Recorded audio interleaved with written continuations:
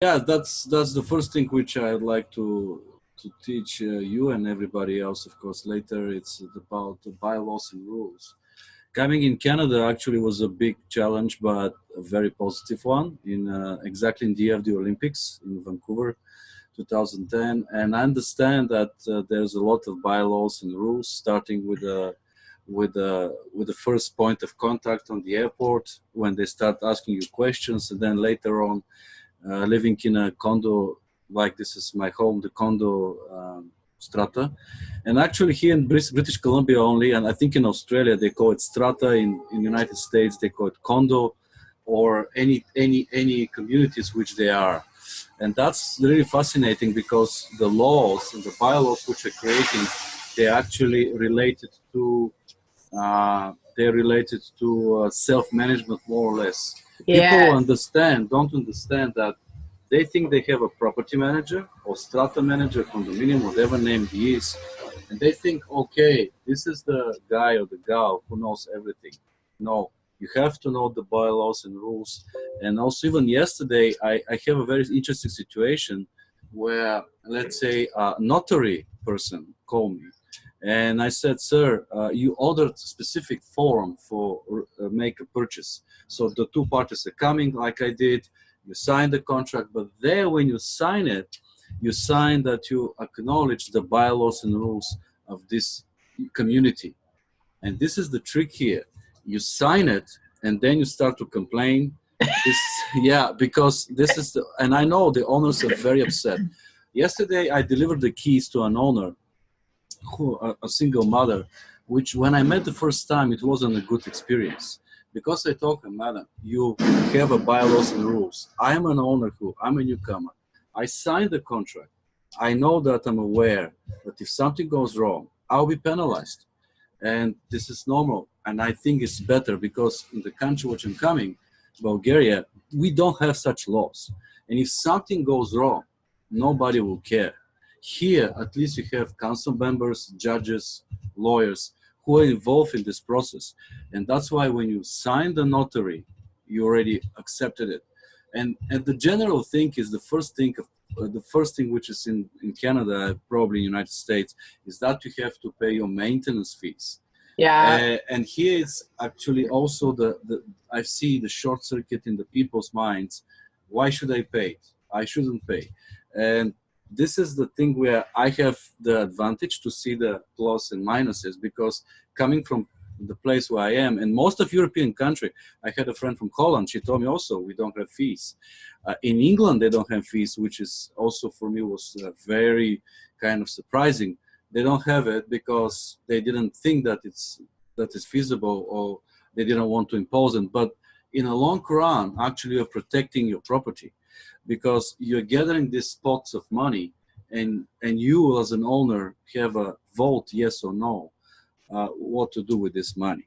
Hmm. And that's the thing here, that when you understand the bylaws and rules, it's first of them is the Ostrata Corporation, and second you're mentioning about rezoning, zoning, also the fire department. Even I can give you cases where, I mean, one of my colleagues said that there were three lawyers in a general meeting because there were three buildings in one. It's very complicated legislation, because from one side you have three separate entities, but from the other you have one fourth entity from these three. It's very kind of, you don't want to go to this legalist. I'm not a lawyer, but it's complicated. And there the owner says, no, we don't want this project. And the lawyer says, excuse me, guys, this is the fire department here. This is your life. If you don't accept this project, you have to have thousands of dollars of a person monitoring the whole complex, 24 hours. This is the law, which is outside the community laws, but is very overlapping these laws. Hmm. And also the advantage of the lawyers, but that's why they study, that pay thousands of dollars of education, is that they can go to the judge and say, these guys here don't follow the rules. We, as a property manager, we cannot do that. We are only explaining or going to the lawyers for advice and giving on the platter the advice and the suggestions, but it's up to the owners to decide what to do. And Right. that's also very confusing, because in the bylaws and rules, it's specifically saying what the people should do and not do. And they start to be very sensitive, and they don't want to understand that. I don't see the rule. I'm not paying this bylaw fine. And the matter of the fact is, which I'm planning to explain in the course, you should accept it as a normal. Even they charge you $200, $50. This money is not going in the pocket of the strata council member, of the property manager. No, the money goes back to the same fund. The idea of the bylaw fines, which I kind of have in my assumption, is to understand that you were getting caught and that they're asking you not to do it. And by this thing, you have to understand that you're living in a community. It's the principle of the house that you have to take care of the maintenance of the walls, of the windows and stuff. But at the same time, you have other owners, so you have to respect their privacy.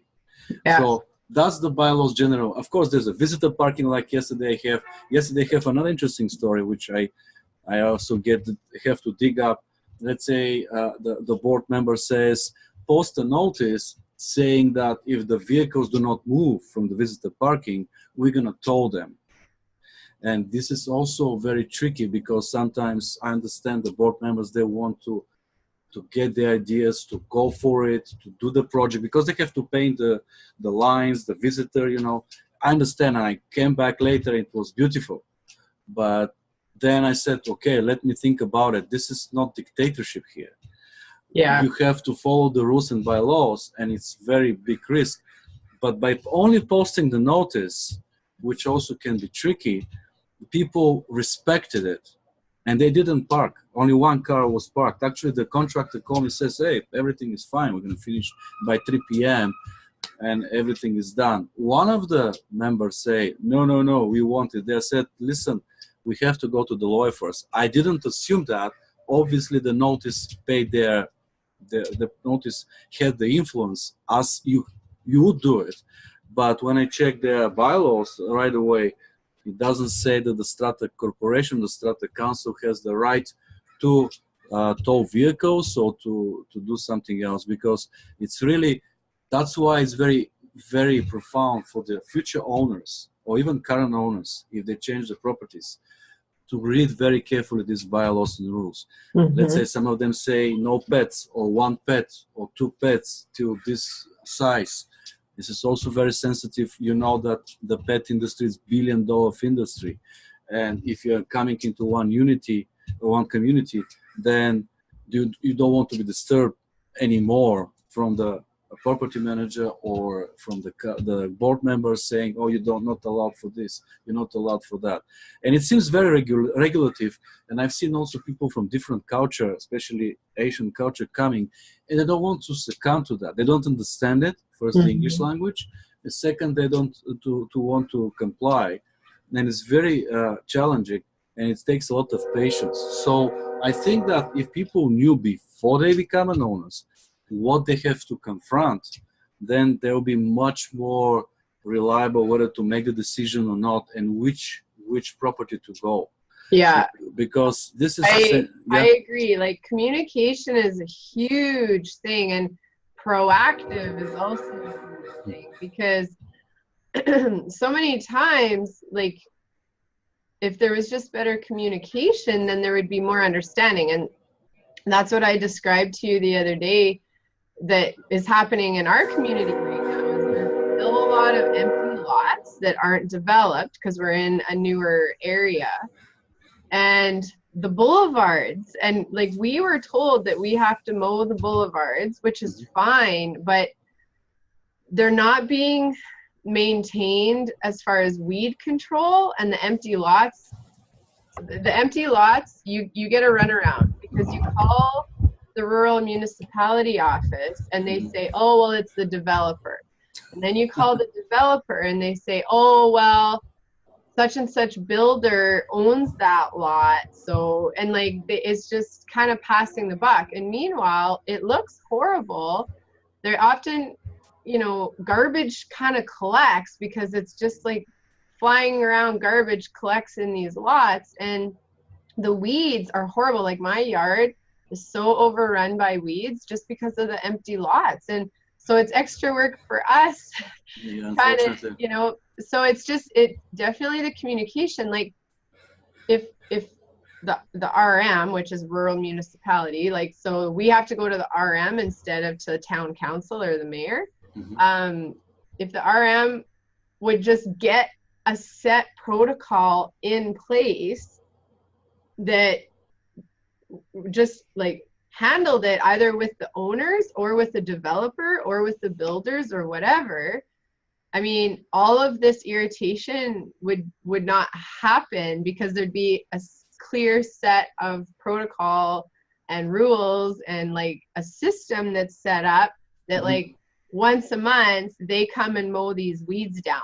Who's they? I don't know. I don't think that's up to the owners to decide, but you know what I mean? So I really agree with you on that. Like proactive communication, Yes. and being very clear, and having, like, I understand you have to have, when also, like, it's not like you're all in the same family, right? Like when you have a bunch of different people from all different cultures and backgrounds and places where people have lived before coming together, you almost need rules, in my opinion, because everybody has different ways of living and different things that, you know, different rules that they would follow if it was up to them. But when you're all coming together and living in close proximity, don't, you know, I don't know what your opinion is on that, but I actually think you need rules and guidelines so that it's like looking out for the whole rather than the individual.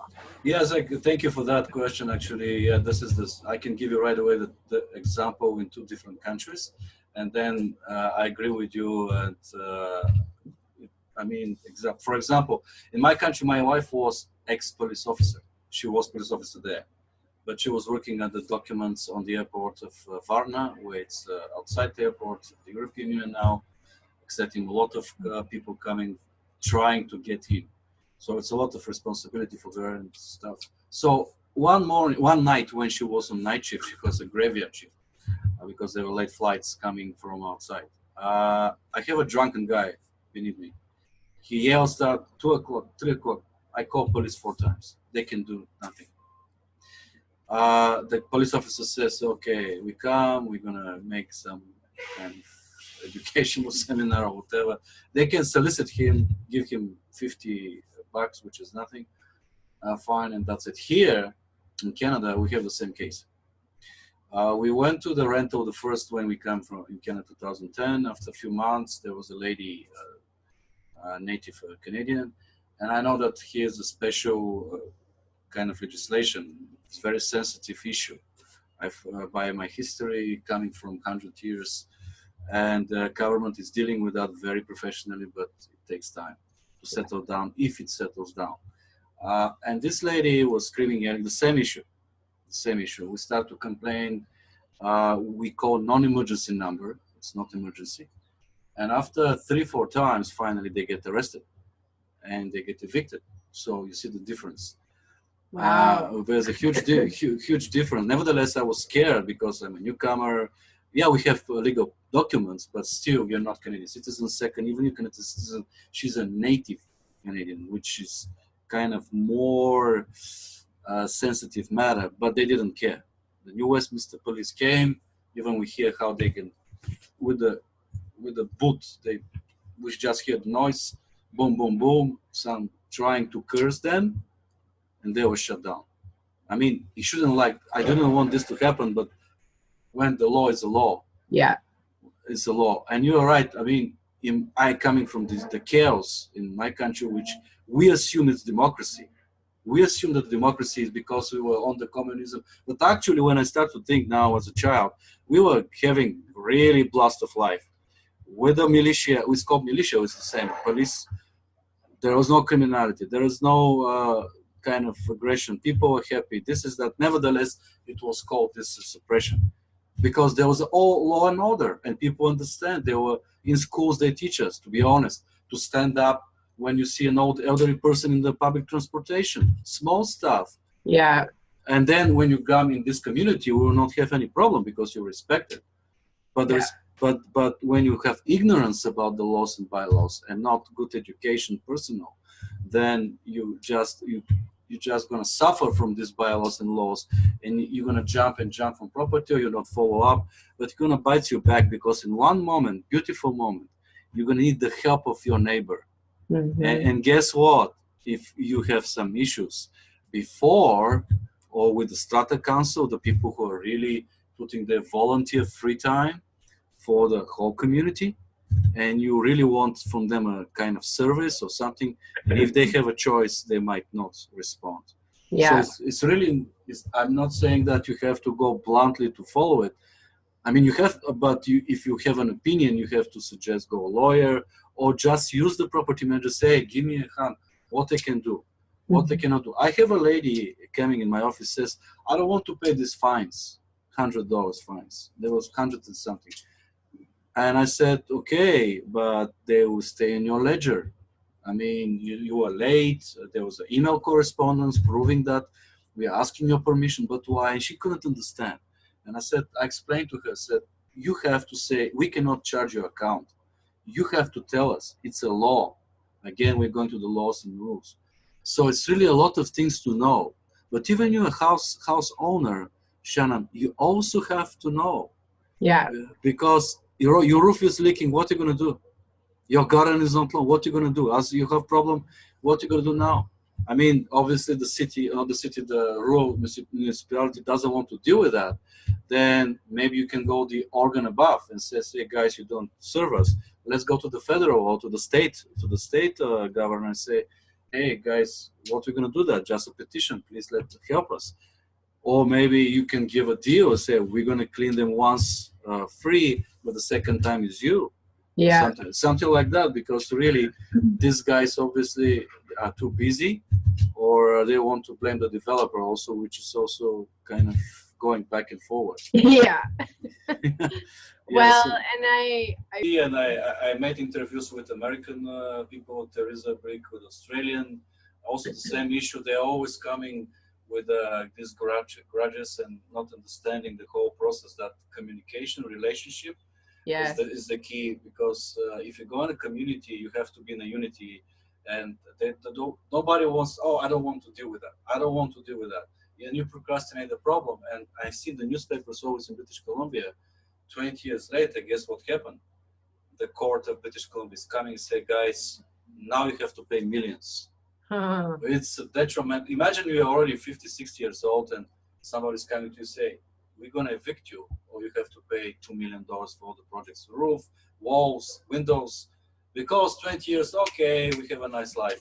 Yeah, but it doesn't work that way. We're living in a physical world, and that's why the rules and bylaws are made, because of the necessity. Because I can tell you what's now in my country when nobody cares, there's no rules to follow. People are still in this entitlement feeling that somebody else should do the job. No, nobody will come from nowhere to do it. That's the thing. Thank you, Shannon, for your time. And again, the board members were saying, oh, we're going to go with this fence project, and we're going to pay from operating budget. And I said, and I was thinking, oh, maybe it's great. But when I go to the lawyers, they say, no, Vladimir, you cannot do that. You always have to go to all the owners as a special meeting and ask them, can we do that? Yeah. This is the thing where you can slide, and then somebody going to go to the real estate council, which are the organ above us. Yeah. And they can say, my friend, give me your license, have a nice day. And you cannot work anymore. So it's really very fragile, and fragile here, the knowledge. I mean, it could be fragile for me if I don't apply. My session will be very short, 5-10 minutes, no more. It's about the kind of education about the property management as a legislation, as much as I know. And I would like also all the future owners, contractors, realtors even in British Columbia to know that property manager has some certain functions, and there's an agency agreement which is specific. Why is that? I can go back in history. 20 years ago, according to one of my beautiful manager here, she said that 20 years ago, anybody can show up in the door and knock on the door, hey, I'm your property manager, here's one sheet of paper, sign it, and then they walk away. And if there was a cases, they kind of doing very bad things like taking the money away, and then it should be police involved and very, very big issue. Later on, 5-10 years from now, government came and said, stop, this is the agency agreement, this is the RESA, or again real estate agencies, services of agencies. So there are certain laws which are predicting and saying how you can use that. Okay. How you can use that. So it's really essential if you know what the property manager is doing. So first of all, there are two licenses. It's called property manager and strata manager. Usually property manager is saying to the rental property manager, but generally they're talking to everybody. So they are between the owner and the tenant, that's all. Yep. Nothing else. I mean, they cannot go like we to present the whole owner, all the owners. It's our license. The strata management, which is the same like in Australia, by the way, it's the same name, Yep. not only here in British Columbia. It's people who are doing all the job on behalf of the council or the owners. So here's the thing, the trick. They're called manager. In English language, manager means person who is in charge, who is making decisions actually. The trick is here, not the trick, but the legislation is saying specifically in British Columbia that you cannot do anything without the council approval. And if the council, no matter whether they are prepared or not prepared to be the council members, this is another topic of conversation, Yep. they still have to have kind of approval, especially written approval, to the to the strata property manager, or it's called in the company when community manager, which also is very nice because really we are trying to help communities to maintain the issues, not to go in the electrical challenges specifically for you or any kind of maintenance challenges.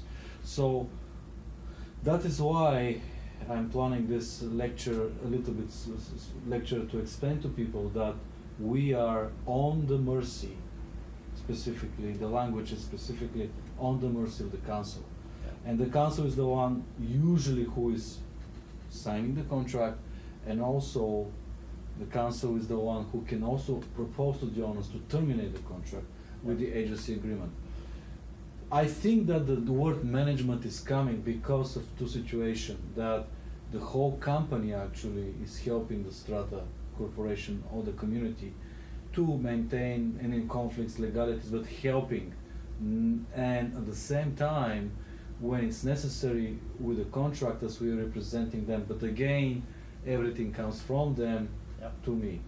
And that is the essential thing, especially when you're a new owner. If you know that, you can turn the odds into a favor. Rather than arguing with the property manager, you can ask him for certain services, like where I can find a good electrician, what I'm supposed to do, where I can find the fob, where I can find some issues with, if I have some issues with the move in, move out, what to do. It's a lot of knowledge, but in separate sectors, and we are more like dispatching the issue, dispatching the problem to other people who can help. But unfortunately, we are perceived as a specialist in the field, Yeah. which is the most wrongfully acceptance. And even today, I apologize I couldn't come. Yeah. Let's say you had a meeting with a certain council members. Thank God they showed up, both of them probably. Yeah, it was both there. It was Yeah, and you also make initiative to even to take a colleague of yours with being initiative, and that's why other council members liked in which building here in Surrey, and he specifically the gentleman there, the president says, I like the way that he is proactive. Yeah. I cannot be proactive in that if I don't have the knowledge. But I understand what you mean, I understand what you're trying to do, because if really I don't have people like you to support me, then I'm gonna look bad. So it's always like a chain reaction, like a community chain, like people's human relationship, which the product is very complicated. It's not only one knowledge, because the same is with the lawyers. We are not the lawyers. We can give certain opinion according to the act, but it's not valid comparing with the legal opinion or the lawyer where he or she was studying for 7 years. Yeah. And after that, the same is with you. You have a license, you have to be compliant. The same with me, I have to be compliant. So really people have to understand that property management is not only, how to say, somebody who is a caretaker, where in the United States, by the way, they're saying and they are perceiving and they're demanding there, but they're really, they're people with hands-on projects, and they're really people who are with a lot of experience. Yep. Here is more like it's not administrator, because administrator, the legal meaning here is somebody from the court, let's say, who is running the startup corporation, directly substituting the council. We are more like a helper, facilitating the council and the owners with information without being an expert. This is also essential. Yesterday I had a council meeting, and I explained to them, guys, if there's an emergency, my job is sending emergency restoration company. That's all. I can come on site, but what can I do? Yeah. I can be kind of social relationship. Hey, how are you? Sorry, that's all. But technically, even the law, and the judges are very strict about that. Oh, yeah. When they see us in court, they say, "What are you doing here? Yeah. You're not a lawyer." And there's a legal act in British Columbia saying, I think it's 15.1, saying property manager is not allowed to go in legal relationships with, Okay.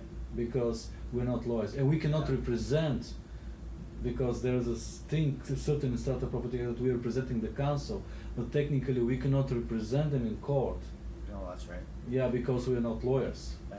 So sometimes some council members and owners think that, oh, property manager can represent us, we don't need to get involved. It's actually reversal. The council and the owner should beg us for anything. Like today, they phone me for any small detail, whether it's a gate, whether it's a fence, whether it's something else, Yeah. because they need help, they need assistance, and not many of them really knows what we are. They are going to the realtor explaining some of the things, Yeah. budget lines, let's say, they read the minutes, they have their certain certain knowledge, Yeah. and suddenly they walk away. Then comes the fun, Yeah. because the owner's coming, they say, I have a problem with the, let's say, electrical device in my unit, unfortunately not strata, or like, let's say I have a water leak, what to do, I have parking stall, with somebody else took my parking stall, what I can do. Well, what you can do, Yeah. it's actually a reversal. We're here, we can advise you something, but the decision is really yours. And that's my goal with this course, is to make people understand that the power is within. Yeah. Don't look, I mean, you can look for the property manager, of course, you can look at it, but the issue is that you should always take in your mind that you are in charge, Yeah. not him or her. And that's designed specifically because if we are in charge, then maybe we're gonna spend the money as you don't want to. Yeah. Maybe we're gonna go with much larger projects, which we shouldn't. Yeah. And plus, we need to have an expertise of years, like accounting, financial, electrical. Yeah. We cannot cover that. That's We're right. not gonna cover that. The thing which I would like to make is this: the cheer up the moment when you have to have insurance for yourself, because people are confusing. Even yesterday, I have an annual general meeting, which means all the owners are coming, and it was very productive. I like it because people start asking questions and they were listening. Let's say I said, please do not confuse the common property, which is something like parking lots or walls or ventilation, this insurance with your own insurance inside these walls. Because really, Terry, if people do not have this distinction, they will think that everything what they buy with the mortgage and with the strata maintenance fee every month, they will be covered. But technically, they get surprised and they get very upset. And I believe that if they knew that in advance, and if somebody's messaging and harder and coming from the heart and big entrepreneur like you, then it can achieve more success. The major difference is that when you buy the property, especially in North America, you have to see what's the coverage of if you're residential. If you're in a house, then you have to shop the insurance companies and see what's the deductible, what you can afford, but you should never stay without insurance. Let's say in the legislation in British Columbia, which for me was very surprisingly, say that actually as an owner, I have a choice not to have insurance, which in the long run can hit a lot of people. Because imagine that, let's say my toilet then something comes like a leak from me to the other neighbor, then I don't have somebody to cover it, and it could be thousands of dollars of damages.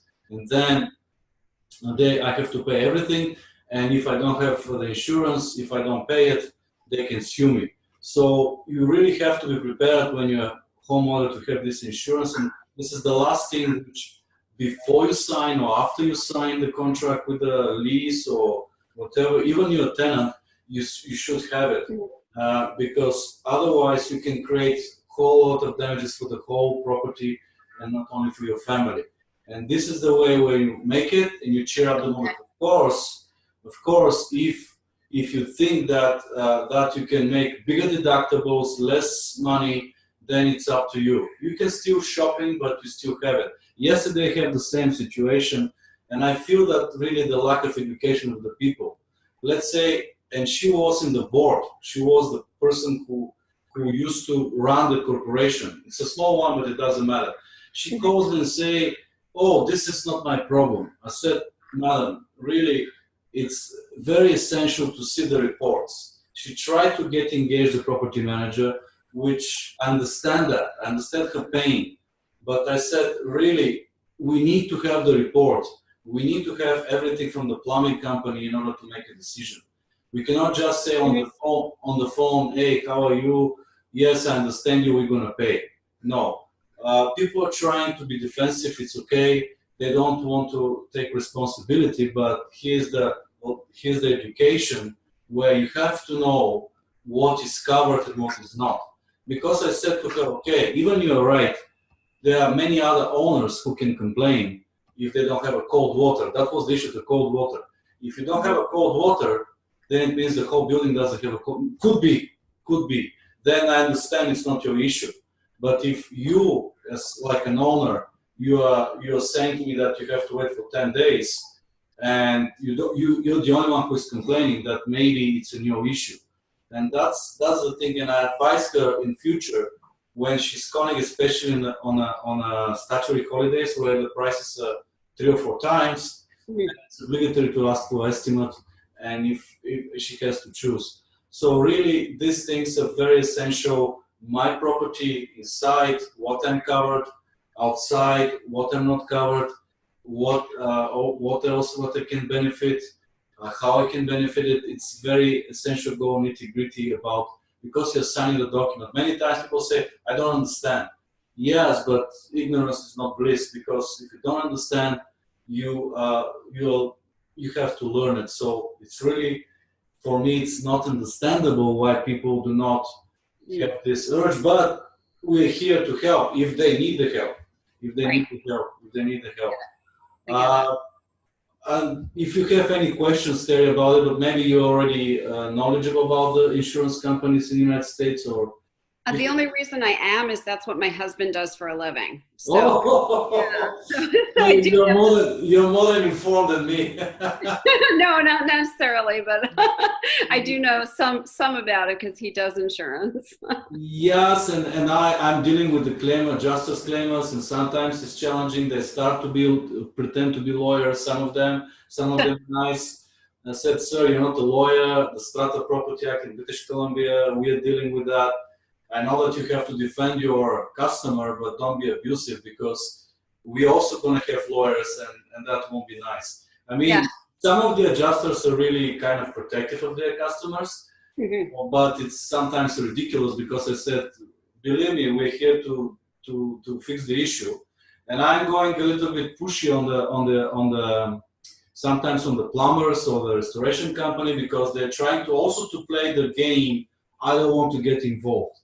Ah, Yeah, but I said, dear restoration company, whatever is the name is, if you want me to get in service, I'd like the report to say where the leak is coming, common property or private property. If it's private property, then we follow with the owner, we charge back the cost, and here comes the other, of course, pushback from the owner. But I want to know, because if I don't have your report properly done, I cannot count on you. I'm not a specialist, I'm not the expert. People think I'm the authority, but the fact that I'm dressed well, it helps, but I'm not so knowledgeable about the real small things. If you can prove me that it's a private property or not, then, but if you run away from responsibility, then I will suggest the board, and I don't like that, to choose another company, because we really need your expertise. And that's the issue here in the insurance company. So yeah, hopefully you understand the whole picture, the differentiation. I think I do. And the mandatoriness, and for me also was surprisingly, because only 50% of all owners in British Columbia, which is about 4 or 5 million people, so imagine, let's say 2-3 million of the owners, even more, or investors, they don't have it, and it's a kind of allowance. But in Alberta, for example, the neighboring state, it's not state, but it's a province, they don't allow it. You have to have insurance, I mean home insurance, before you sign the contract or after you sign the contract, because it could be very, very detrimental. All the owners are going to pay for one owner. And I have such a case, very big, huge leak, townhome complex, $40,000, and the lady didn't have it, and I understand her pain. She was very abusive, very unfortunately, but she has a history with the board members. So finally, the insurance adjuster came, and because it was first claim for 10 years, the insurance company make an exception to cover everything. There wasn't any deductible, there wasn't, and of course both parties, and I've seen the both parties, I mean the boards, the council members, the boards who were running, and the owner, they were fighting, and both of them were not happy. But finally I said, guys, at least you get insurance to cover everything. But sometimes can be, yeah, it happens that 40 owners are paying for one. Wow. And yeah, because technically it's allowed. And I said, why are you doing this? I said, because an old contract.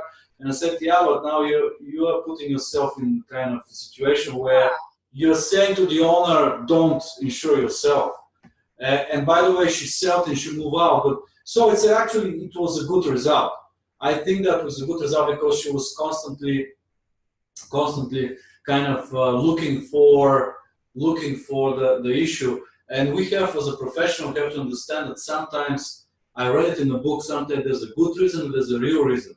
You know, the good reason is that she was using this to attack the board, but I figured it out that she has a kind of child with some issues. And as a mother, you know that, Terry, or any woman knows, even as a mother or not, if you have a child at home, seeing it every day, then you're going to blast against anybody, anything. Absolutely. So I figured it out after almost 1 year. I almost walked away from this business because she was constantly every week calling me half an hour, discussing, disputing, shouting, screaming. And I didn't understand why this lady is so upset. I'm the middleman. But second thing, which also in this business, it's not only insurance, but it's insurance because she's coming from Quebec, and I'm sure they have a different system there.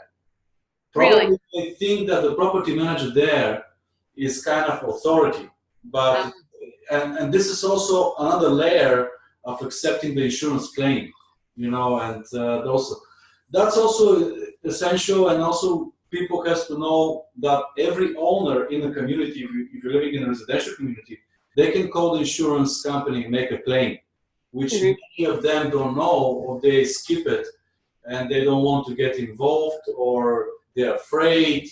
Of course, the insurance company is going to contact me first because of kind of, you know, politeness to let me know. But still, every owner, because he's paying, every year from the maintenance fees. They have to do that. So it's also very crucial to know. And it's very kind of, I think it's very educational, and there are seminars. Also from the insurance companies, people don't want to get involved. They think that when they put their head in the sand, everything will be fine. However, we know that it doesn't work. So you really have to be prepared to be kind of, ready to be a homeowner, and to seal the moment. You have to have this insurance, peace of mind, and peace of mind, because you don't know. It can be a sprinkler tomorrow, it can be anything. Absolutely. And it can hit you on, especially when you don't expect it. Happy to do that. So definitely, I mean, I believe you're very clear. You explain what the points are, the big why. I also hear that you have a real passion for making sure that people get this. And at the same time, you come across as what I call a entrepreneur, and I know that you are. Someone who cares, someone who's in this business because you do care, and who has the ability to educate people. So, I mean, I feel extremely comfortable referring people to you, Vladimir, extremely comfortable. Thank you.